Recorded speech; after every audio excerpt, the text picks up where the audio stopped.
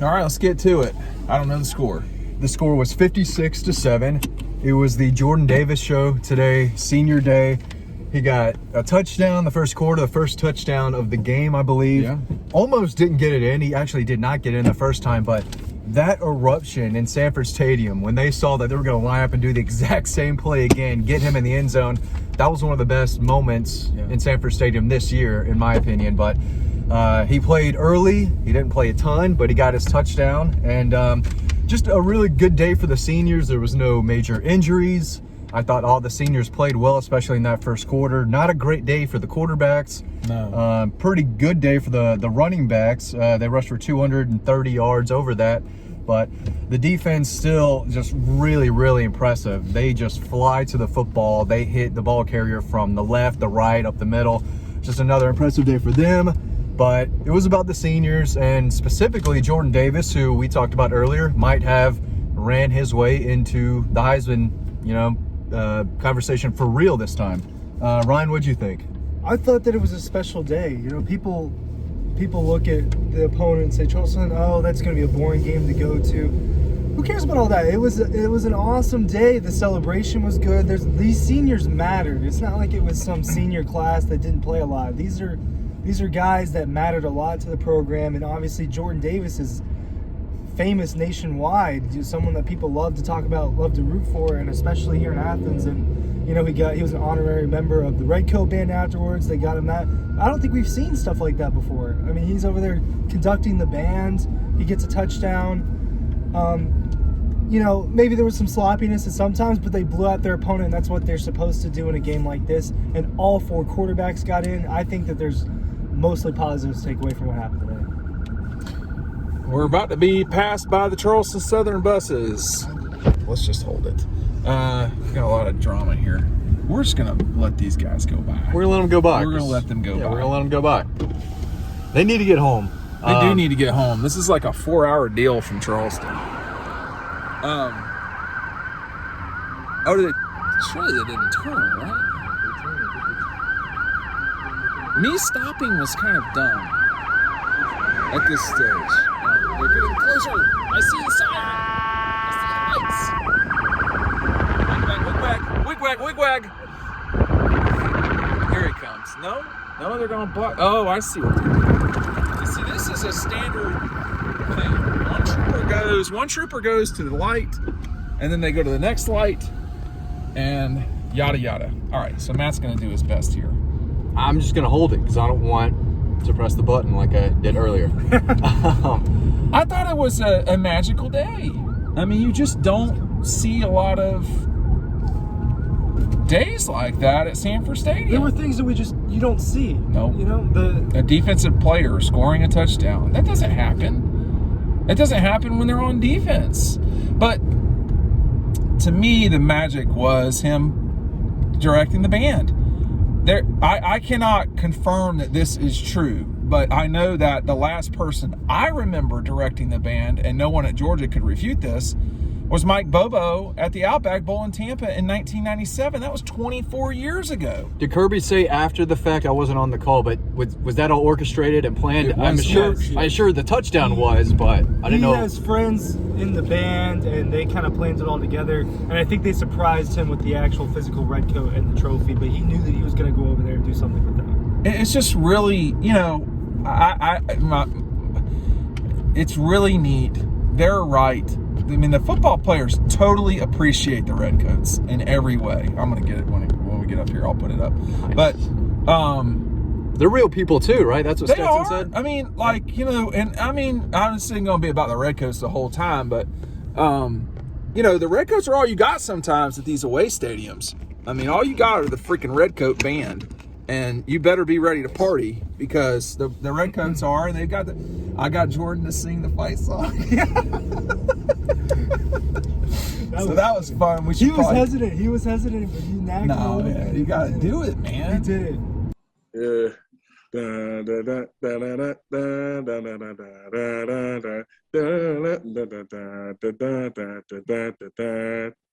It's just. It gets me riled up every week, and I can't put it into words. Like, it's just a different feeling. And if you don't feel that inside your bones, you're not a Georgia fan.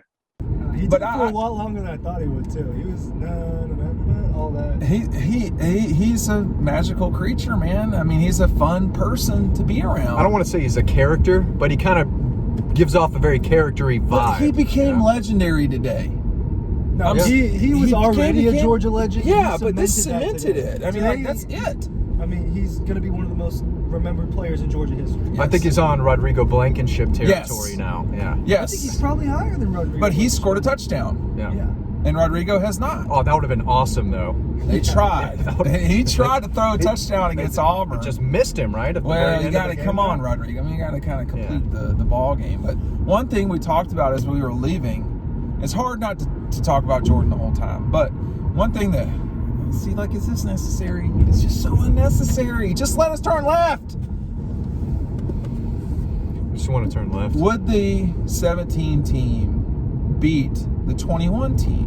Because this felt a lot like the night that Georgia beat Kentucky at 17, and the night that you knew that they were. Well, we've known these guys are good for a while, but that's just senseless.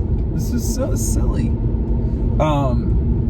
How could this team stop Sony Michel and Nick I think Chubb? That's the issue, and they would jam up the line and make Jake Fromm beat them. I don't think Jake Fromm would beat them. That would be the issue, to me. Stetson would have a little trouble with Lorenzo Carter and those guys off the edge as well. Jake Fromm, Oklahoma game, probably gets it done. Jake Fromm, most of the other time, probably not. Yeah.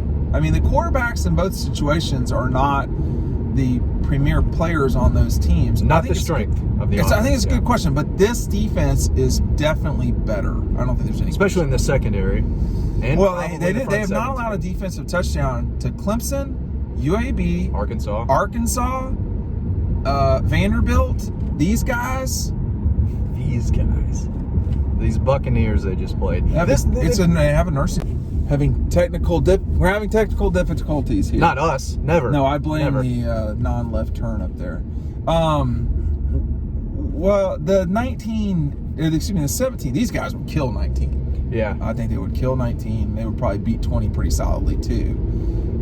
17 probably wins a national championship this year against. I mean, who? Probably. Ohio State is probably clearly the number 2 right now. Ohio State looked good. Really good. I mean, I don't know if they can keep that up, but that was impressive. They seem to be playing better and better each nothing week. at one point, right?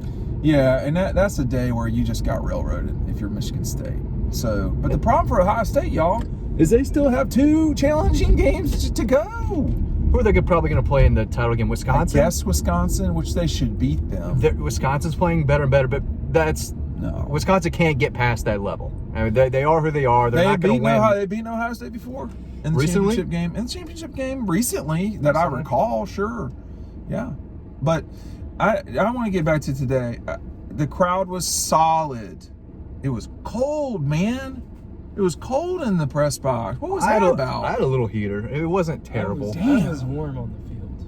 That's why I guess I prefer the field, for God's sakes. But that was cold, but I can't get past, like, all the senior stuff. Like you're talking about after the game, when we're doing the press conference, you got the whole open end, the bridge end of the stadium from the 35-yard line on, or 40, is full of just Georgia players, the families. Got Andrew Smart out there killing it.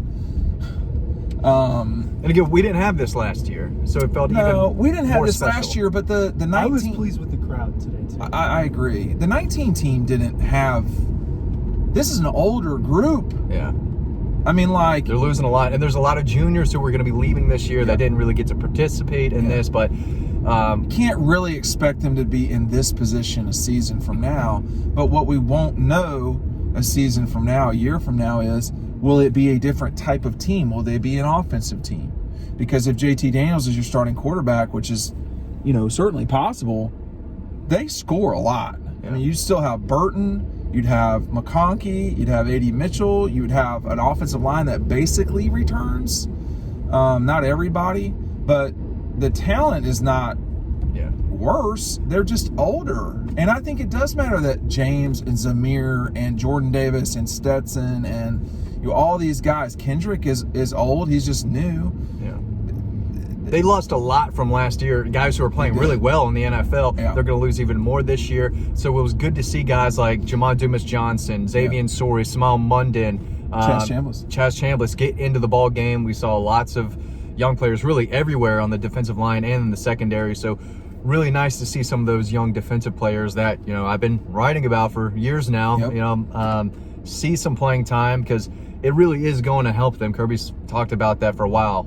You're only going to get better when you play, and a lot of the young guys got to play today, which was expected, and that was one of the biggest goals of today, was get these young guys in. How was the field? The field was good. I had a good time. I enjoyed it. It wasn't as cold on the field as it was up there, so you guys, I was a little warm at one point. But it was a very fun and, like you said, magical day to just be down there and absorb it all. And I was chasing Jordan around like an animal. Yeah. Do you mind telling us the behind the scenes on that? That's actually a very good point. We at Dog Post, we like the post game. We want to capture moments. What happened? Yeah. So just I'm chasing him around. You got that exactly right. Just chasing him around after the game was. You can just see how nice, how outgoing, how special of a person he is.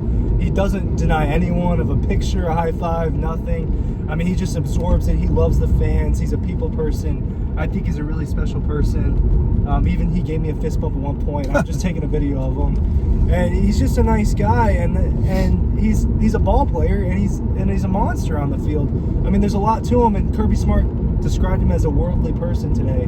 That he has friends outside of football. He has friends with the band. I think that speaks a lot to his character, and that kind of builds on to the whole Heisman thing, that he's more than just a football player, and what he means to the program and to Athens. But it was special to be down there for that, and he was a little surprised too. You could tell that he didn't even really know what to think after the game, just with all the emotion of people coming for him. Well, I'll tell you what, that kid loves the University of Georgia. Yeah. He loves this program. He bleeds red and black. That's easy to see. I spoke with his coach, who now coaches at Denmark High School, kind of in my area, just about him and the high school process and his recruitment. And he just said, man, Trey Scott, Georgia really won him over, and he's bled red and black ever since. This kid loves this program, and like you said, Ryan, it's very easy to see, especially today. I've never seen that before in terms of all the players gathering at the hedges by the band and the student section in the last. I have never seen that. I've seen other schools do that, but they practice that. They do that every single game. But again, I talked about this a couple of weeks ago. There's only so many of these moments that we get in a year, and you have to understand when something is special, and today was special. And people will people are going to shit on it, and that's fine. I understand being critical, but damn, I mean, if you can't see what today was, it doesn't mean they're going to win the national championship. They had fun today. It was a celebration of, we're not in COVID anymore. Certainly not the way we once were.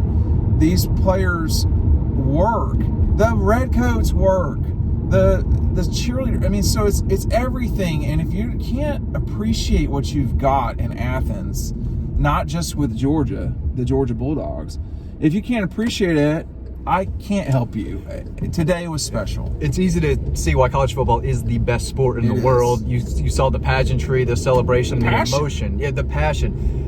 Yeah, people, Even for Charleston Southern, when they got the plays for them. People in Pittsburgh love the Steelers. People in New York love the Jets and Giants. But it's a little different when these guys go to the school. They represent their school, the fan base, the state in just a different way than people do at the NFL. A lot of the fan base used to go to the school. Yeah. I mean, it's all interconnected. It's you. Yeah. And that's the difference. And I think that it's different than rooting for an NFL team. Yeah, it's because you are connected to it. You have an actual emotional tie outside of just being. There's no one playing the band, fan. I just think today was a day that, it'll pass a lot of people by. They won't understand why today was important or is important. But it is. Today was an important day at Georgia, the same way I watched Clemson play.